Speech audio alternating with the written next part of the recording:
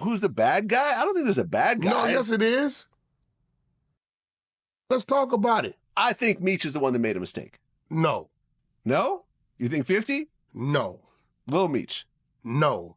Who am I forgetting now? Rick Ross knew perfectly damn well what he was doing and what that would lead to. And if he was a real friend to Meech, unless he was looking to get 50 out the way. What happens when the fake boss finally gets caught playing Puppet Master in a game meant for real street kings? Rick Ross thought he pulled a fast one on Big Meech and 50 Cent, but karma is catching up, and it's wearing a BMF chain. Ross looked like a loyal friend, but behind the scenes, he was plotting. He wasn't repping Meech, he was using him. I've seen a lot of posts about the Big Meech concert getting canceled.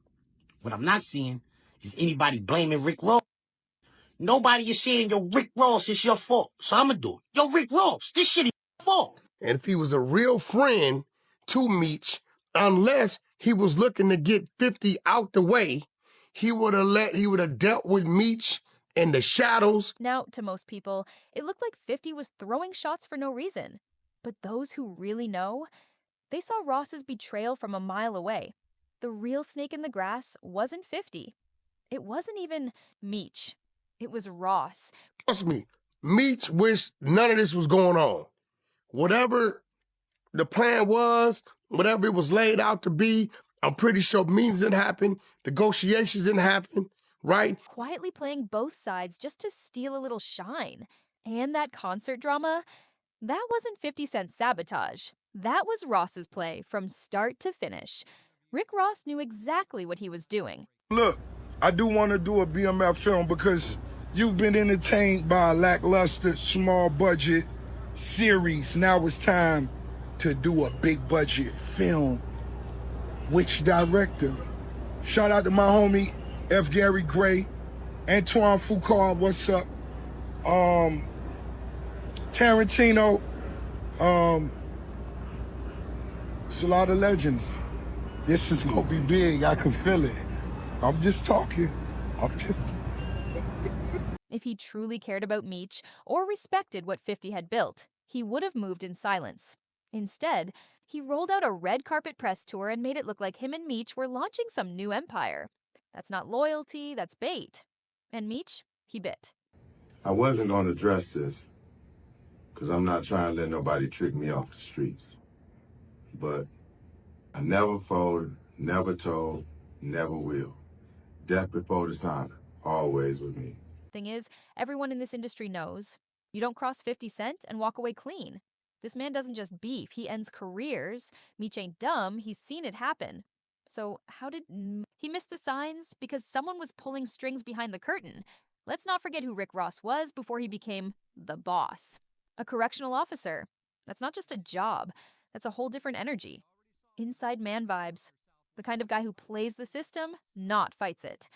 While Meech thought he was rebuilding his kingdom, Ross was making power moves for clout. That concert? It wasn't a celebration, it was a setup. I've seen a lot of posts about the Big Meech concert getting canceled. What I'm not seeing is anybody blaming Rick Ross. Nobody is saying, yo, Rick Ross, it's your fault. So I'm gonna do it. Yo, Rick Ross, this shit is... You see what I'm doing right now? My shoulder broke, but we still getting to the money. We still count paper. This ain't a pump and dump, baby. We bossing all the way up. Get the address to the boss token. 50 Cent never co-signed it, never backed it. So why did Meech's face end up all over Instagram like they were best friends? Because Ross wanted it that way. And now, Meech is regretting every second he trusted the man who once wore a badge. You gotta understand something. This game is never random. Not the interviews, not the concerts, not the partnerships. Everything is mapped out. So when Ross started talking about a BMF movie deal, that wasn't off the cuff. That was a calculated shot at 50. Ross said he wanted to do a big-budget BMF movie. Dropped names like F. Gary. Took a picture with Rick Ross. You like, oh, put your back against the wall and just slide down. It's the biggest boss, Ricky Rose. The time has come. Meech home. February 13th. Get your tickets right now. It's going down. We know Florida gonna be there. Miami gonna be there. The legend himself gonna be in the building, making history. Meech, who else coming? The whole nation. Detroit, St. Louis, California, everybody. Atlanta, Georgia, ATL, stand up. Woo! We gonna make history. Get your tickets right now. Y'all better be there February 13th. Meech on. I wasn't going to address this because I'm not trying to let nobody trick me off the streets. But I never folded, never told, never will. Is there anything about Ross and his career that you have any respect for? Oh, no, there's nothing there. There's nothing there. I never wanted to work with him. You know, I understand from a perspective of someone who's just listening to what it sounds like. I mean, he's a great rapper. But does it matter that he's a correctional officer? Does that ever matter? Gary Gray, Antoine Fuqua, even Tarantino, talking like it was already in motion. But it wasn't about Meech. It was about Ross trying to make 50 look small. Ross might play a kingpin on tracks, but he's always been pretending. And when he started poking around BMF's legacy, it wasn't just offensive, it was dangerous. See, 50 wasn't... Yeah, Tammy Cowan. Okay, now... She's a co-producer of the BMF Stars TV show. Okay, and you're saying that she's an informant? Definitely, 100%. Okay. She's been an informant since 2009. Tammy Cowens is Big Meech's personal assistant slash business partner slash whatever you want to call. You know what I'm saying? Basically, she became the owner of Meech's, what Meech has as BMF Entertainment, his company, from prison. He wasn't just some producer. He built the BMF brand into something global while Meech was locked up. He took Lil Meech, who had never acted a day in his life, and turned him into a star, paid for his acting school, gave him a platform, built a franchise. So when Big Meech came home and didn't even show respect, just hopped on a tour with Ross, that wasn't just messy, that was betrayal. But didn't just take a chance on the Fenori family, he invested in them. While everybody else turned their back, he said, His company, she became the owner of it in 2008, and in 2009, she became a government informant. In 2010, she did a case that was pertaining to a guy that Meech met in prison and one of Meech's homeboys of 26 years. Right, so she's the person that 50 Cent got the movie from, the TV show from. That's the only way to get it. You can't get it from Meech because he's in prison, so he can't DBA. He can't do business from prison. He's in jail. So he has to sign his rights to do his life story or do whatever he gonna do in his name over to somebody else. And Tammy Cowens is the person that was appointed to do all of that business. And she's the one that got the deal with 50. Got you. And what did he get in return? Disrespect, silence, and a concert hosted by his rival.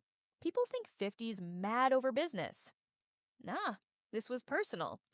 And when you look at who really showed up for Meech, who really put money in his pockets, it wasn't Ross, it was 50. Meanwhile, Ross was just playing pretend, cozying up to Meech for likes and headlines. Tammy Cowan, she's privileged to what's called the affidavits in support of the wiretap. Okay. It's like 3 affidavits. In those affidavits, it tells Meech's full role. Now, I wouldn't allow to have them because they played this, I'm this kingpin and I'm this killer, and they life in jeopardy. Right. In danger. Right. That's why they was able to close the courtroom. We'd have been out at Meech. But they played a cold game. I give it to her. They was playing chess and we was playing checkers. Okay. She used the threat of her life and that I was gonna have some hitmen in the federal courtroom to kill her, and they closed the courtroom to the media. My shit standing room only. I'm that dude in that city, homie. Right. I'm that dude in that. Right. So that's why they ain't been came out. But the affidavits in support of the wiretap, she has them. So she can get them for sure. If she got them. Okay. She got them. The only person they barred from having the documents was me. Okay. So you the only one that don't got the information. Right. Gotcha. Everybody else, it's called discovery. Everybody else got the package. Okay. He was gambling with everything 50 helped him build. Now, with the BMF show in jeopardy, 50 is letting it be known. He's not the one who lost. It's Meech who fumbled the bag. And it didn't have to go down like this. All Meech had to do was pick up the phone. say, yo, I messed up.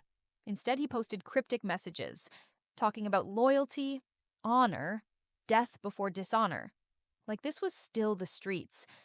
But this isn't loyalty. Yeah, so look, I do want to do a BMF film because you've been entertained by a lackluster, small budget series. Now it's time to do a big budget film. Which director? Shout out to my homie F. Gary Gray, Antoine Foucault, what's up? Tarantino, there's a lot of legends. This is gonna be big, I can feel it. I'm just talking.